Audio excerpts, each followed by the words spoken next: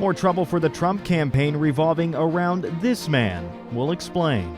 Taking care of your body is important. So when is exercise not good? Children are indeed a gift. Find out how this little girl became her family's biggest hero.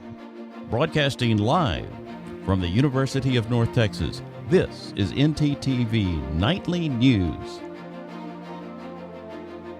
Corey Lewandowski is facing battery charges. Police in Jupiter, Florida charged Lewandowski with simple battery. The charges stem from this incident back in March between Lewandowski and reporter Michelle Fields. You can see here Miss Fields in a yellow blazer walking alongside Mr. Trump, then being pulled back by Lewandowski.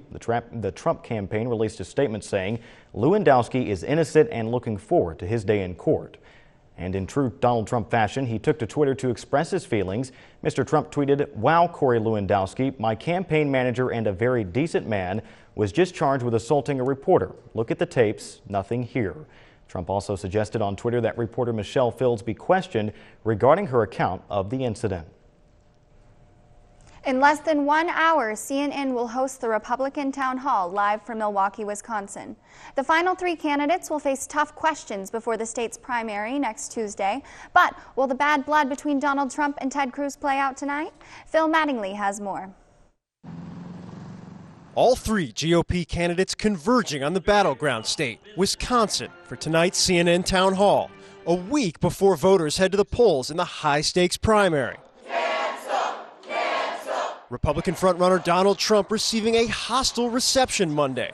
Protesters demanding Trump cancel a rally later today, saying to, quote, keep hate out of our state. Popular Wisconsin conservative radio host Charlie Sykes, who has endorsed Ted Cruz, also giving Trump the cold shoulder.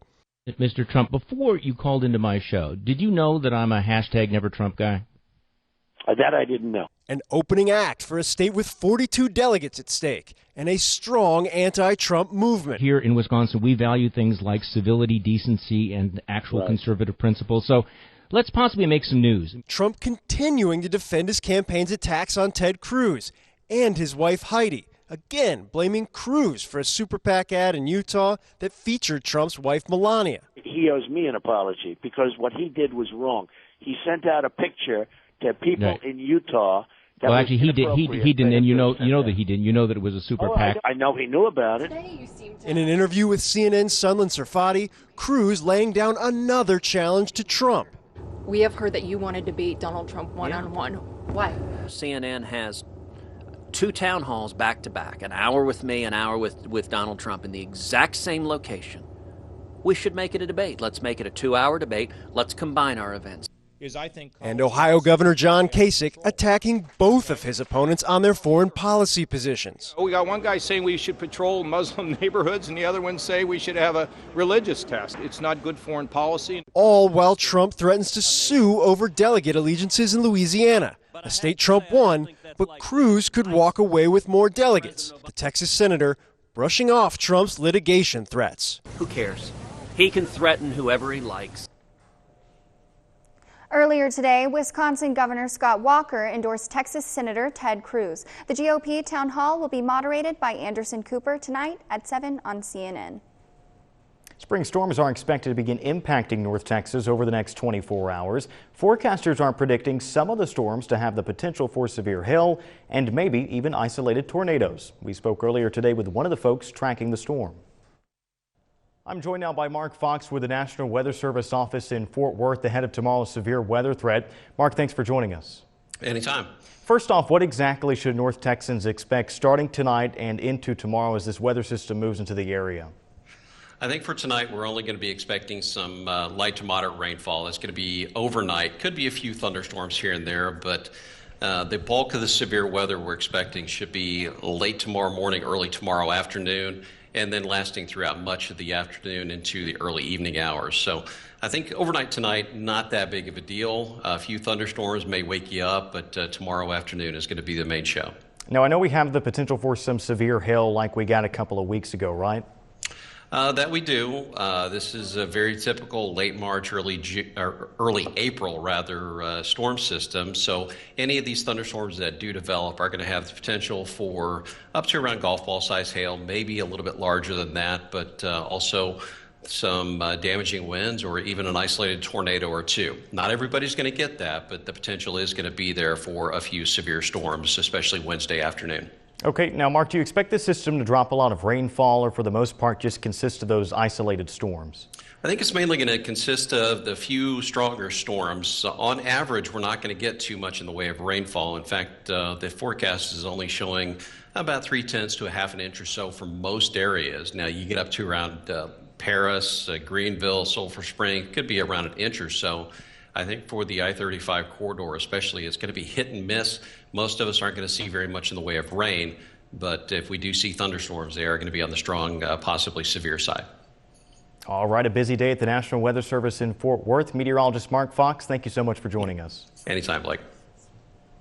And Allison, we do want to remind all our viewers to stay weather aware as this storm system moves into North Texas. Make sure and follow our NTTV social media pages for the latest information. All right, Blake. Now, for more information on the timing of these storms, let's check in with weather anchor Cameron Smith. Cam? Thank you, Allison. And it's right. It is quite literally the calm before the storm. Now let's take a look at the current conditions right now. It's going to be nice 71 degrees, but we do have some pretty strong winds coming at 20 miles an hour. Now, as we get into the night, we will see a little bit of rainfall and a low of around 65 degrees. But this rain isn't really something to worry about. What you should be worrying about are the likely chance of thunderstorms that are coming in on Wednesday. It's very likely that they're going to hit Denton, 76 degrees, but we do have high wind speeds and we do have the chance of thunderstorms. So please be prepared for that. Grab an umbrella, whatever you need to do. But if you want to look at some more, stay tuned with us. Allison and Blake, back to you at the desk. Thanks, Cam. Now, weather isn't just affecting North Texas. According to scientists, it's affecting the globe. Researchers report the spread of Arctic sea ice set a new record low for the second straight year. In other words, the ice is melting. The news comes from the National Snow and Ice Data Center and is supported by NASA. They found the Arctic sea ice stopped last week at 5.6 million square miles. Scientists say the loss of Arctic ice is the result of climate change. Now, could it be a UFO or something more natural? Find out the eerie weather situation in Nevada. And after the deadly attacks, life in Brussels goes on. See how the residents are handling it. Stay with us.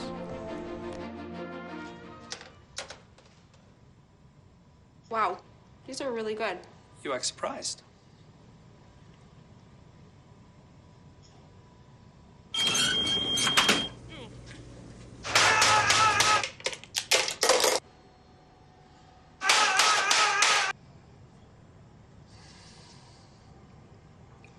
Practice makes perfect. You don't have to be perfect to be a perfect parent. There are thousands of teens in foster care who don't need perfection. They need you. Morning, Gary. We are GetSchooled.com. You want a college education, don't you? You know you do. That's why we're here. We're free and here to guide you through every step of the way, starting with attendance. Gary, financial aid forms.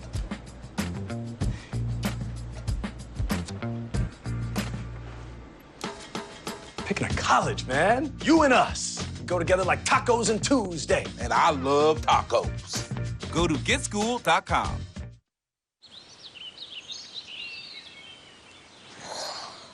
Oh, look, a redhead. Staring contest.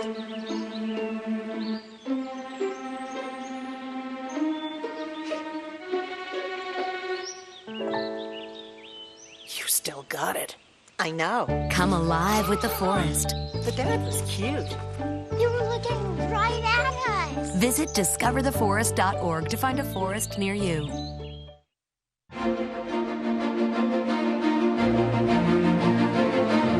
Command authorities say hijacked an Egypt Air jet is now in custody. Saif El-Din Mustafa boarded a flight headed to Cairo early this morning. Officials say he told the crew he had an explosive belt and forced the plane to land in Cyprus. Most of the passengers were evacuated, but some crew members and passengers were held hostage while authorities negotiated with Mustafa. More than 4 hours later, the hijacking ended peacefully. Police arrested the hijacker and the hostages were freed. Police say the motive may have involved his ex-wife living in Cyprus, but they have described the man as unstable and he was not armed with explosives. The impact of last week's devastating bomb attacks in Brussels continues to have authorities across Europe searching for other terrorists who escaped. Meanwhile, in Brussels, the people are trying to pick up the pieces of daily life. Life goes on, he says, but everything is different now.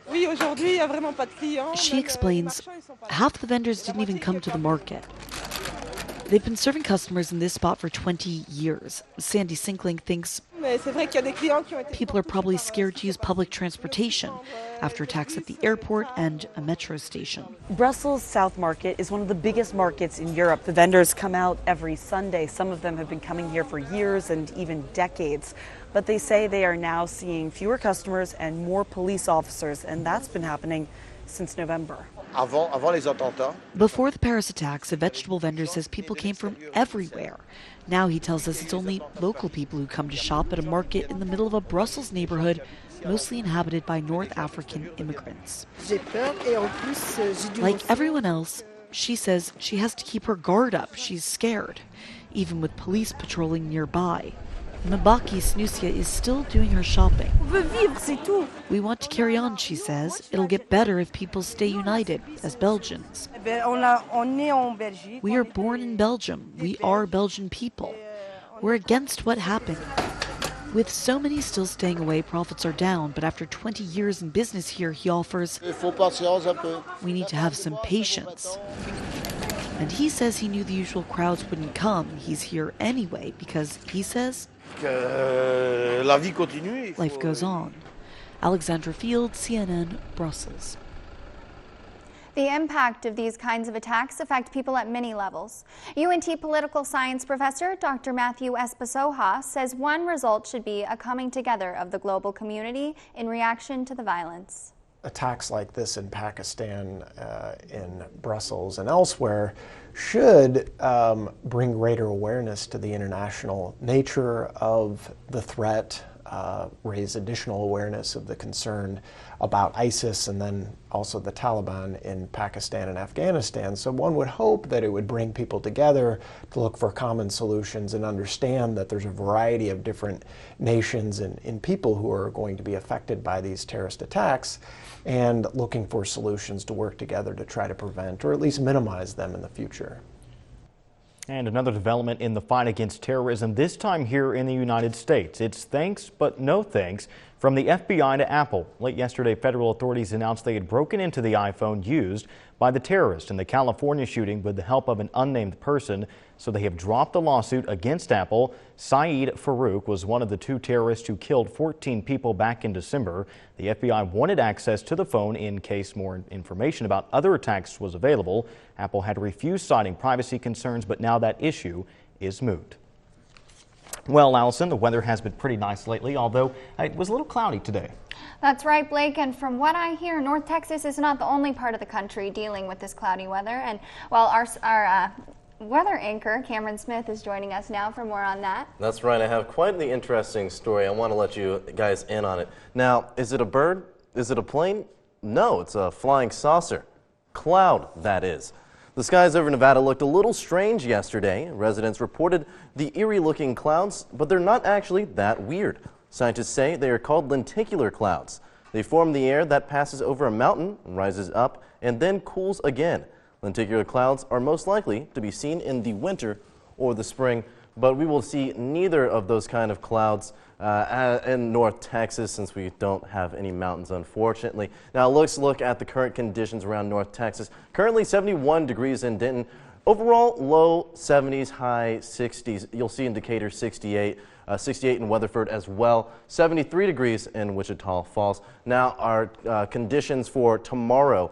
They're going to have a little bit higher temperature, but then again, the thunderstorms are going to be rolling in, so that will put kind of a damper on tomorrow's plans. 78 degrees in Denton, 85 in Wichita Falls, a little bit higher than the rest, 77 in Decatur. Now let's look at our 5-day forecast. You will see that on Friday it will start to pick up back again, and things will be a little bit warmer and more stable.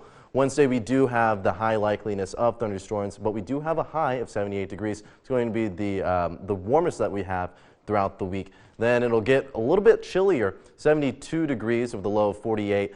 Friday, it will drop down to a low of 43 degrees. That's going to be the coldest. And then for the weekend, it is going to rise back up again. And on Sunday, we will have a high of 77 degrees. That's all I got for weather. Allison and Blake, back to you at the desk.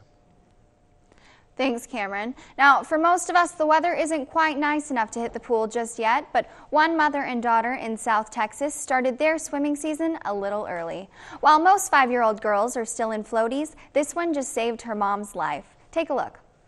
Don't let her size or shy demeanor fool you. Allison Anderwald is a hero. What she did to save her mom, Tracy, takes incredible strength. I woke up in the hospital bed and I did not know where I was. She had no idea she'd suffered a seizure while swimming and nearly drowned. Surveillance video from Friday shows the whole thing. Allison, realizing something was wrong, dove into the water and started pulling her mother to the shallow end of the pool. It took several tries, but she didn't give up. Just to give you another idea of how far that is, she started right here and pulled her mom through the water all the way over to the steps. And I just walked that distance, but you can imagine how hard it would be for a 5-year-old to pull an adult that far through water. Once there, Allison turned her mom over, pulled her head above water, then went inside for help. Her sisters and aunt came rushing out. She was really heavy, and I could only get the top part of her out, and then her other daughters ran over and helped me get her out, and so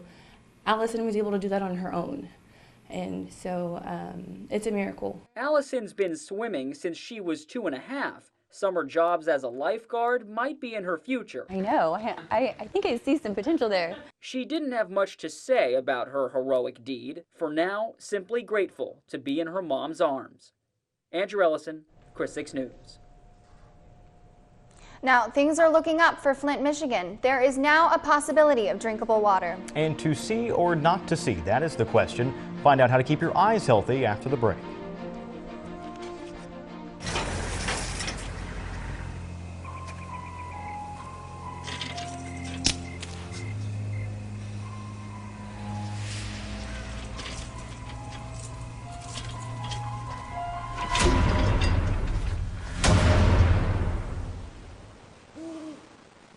If you don't fix them, sparks from dragging tow chains could cause a wildfire, and that could be scary. Not smoky. Only you can prevent wildfires.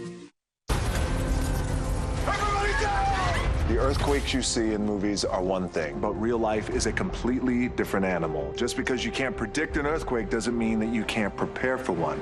In the event of a real earthquake, you should drop, cover, and hold on.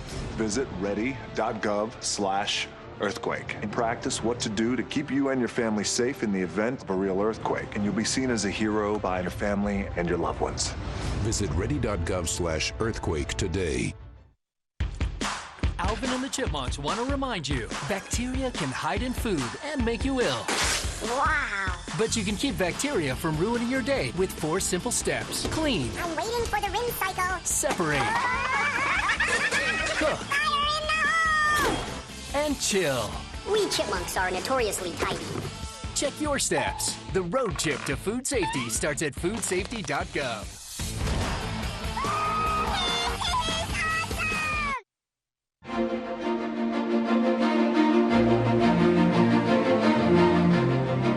A plan to treat the lead-tainted water in Flint, Michigan seems to be working. That comes from Michigan Governor Rick Snyder. He says tests are now show that 90% of sites are below the federal lead action level. The contamination began when the state stopped treating the water, and that caused the lead pipes to corrode. Now, the water pipes are being recoated to stop the lead particles from entering the water system. However, the governor is asking for all lead pipes to be replaced in the city at a cost of millions of dollars. No word about any final solution yet. And do you wear contact lenses? Well, did you know that contacts can harbor bacteria in your eyes? New research suggests that contact lenses may alter the natural bacterial environment of your eyes. UNT optometrist Dr. Kim Blois tells us what contributes to this buildup of bacteria. So in general, there's normally bacteria that live on the front surface of the eye. Now the study is basically just showing that in people who wear contacts, there's actually bacteria that's normally found on the skin, like the eyelids, is being found on the surface of the eye, and that's not the case in people who don't wear contacts. So contacts are not an unsafe choice, but it can definitely introduce bacteria. Now the study doesn't show exactly why it introduces bacteria, it just shows that there is more bacteria. So again, it definitely highlights the importance of contact lens hygiene when you are wearing lenses. It's always a good idea to alternate back and forth if you wear glasses and contacts. That gives your eyes a little bit of a break from the contact lenses. Dr. Boyce also has some tips on how to fight bacterial growth in your contacts. So, number one, you always want to wash your hands before you put your contacts in and take them out. Number two, you should always replace your cases, the cases that you store your lenses in, every 3 to 4 months. And then you should never sleep overnight in your contacts. That's a general rule. And you should try to replace them at the frequency that your doctor's prescribed. Try not to overwear them or stretch them out a little bit longer, because that contact, just with anything on your body, gets dirty and again gets all this bacteria in there.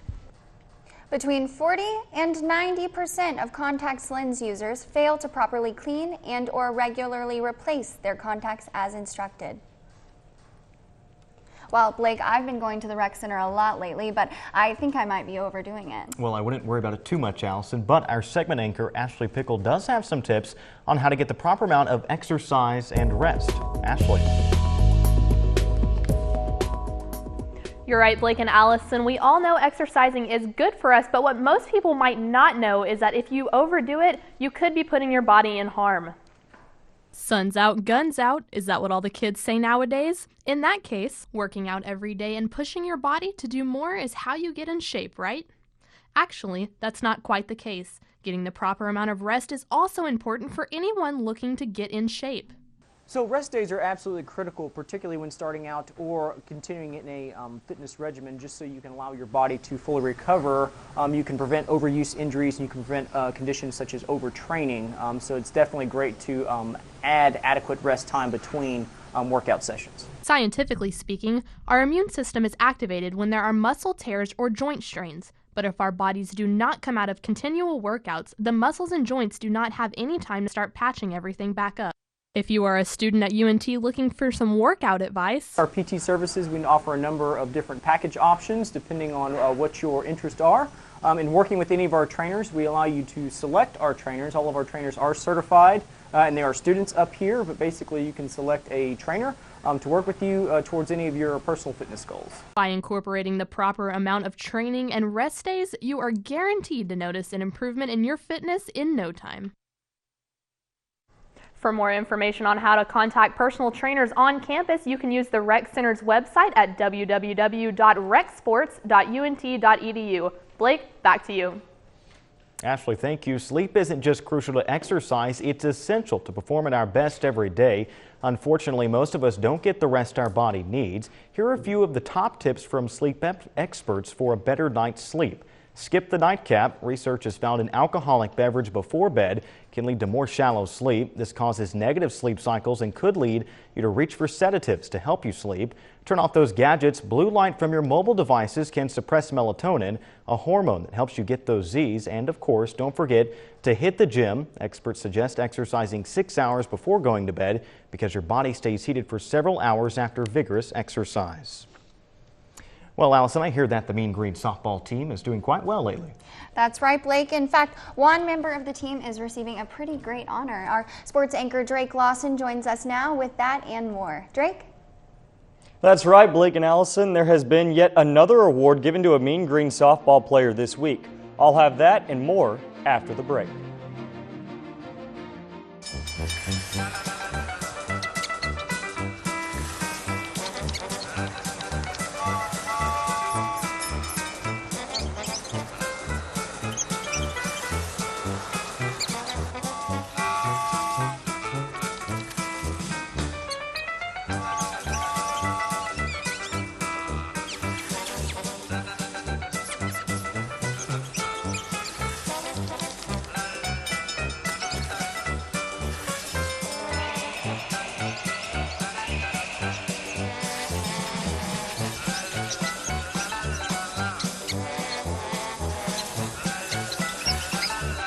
also spend 15 minutes watching online videos like this one. Brushing for 2 minutes now can save your child from severe tooth pain later. 2 minutes twice a day. They have the time.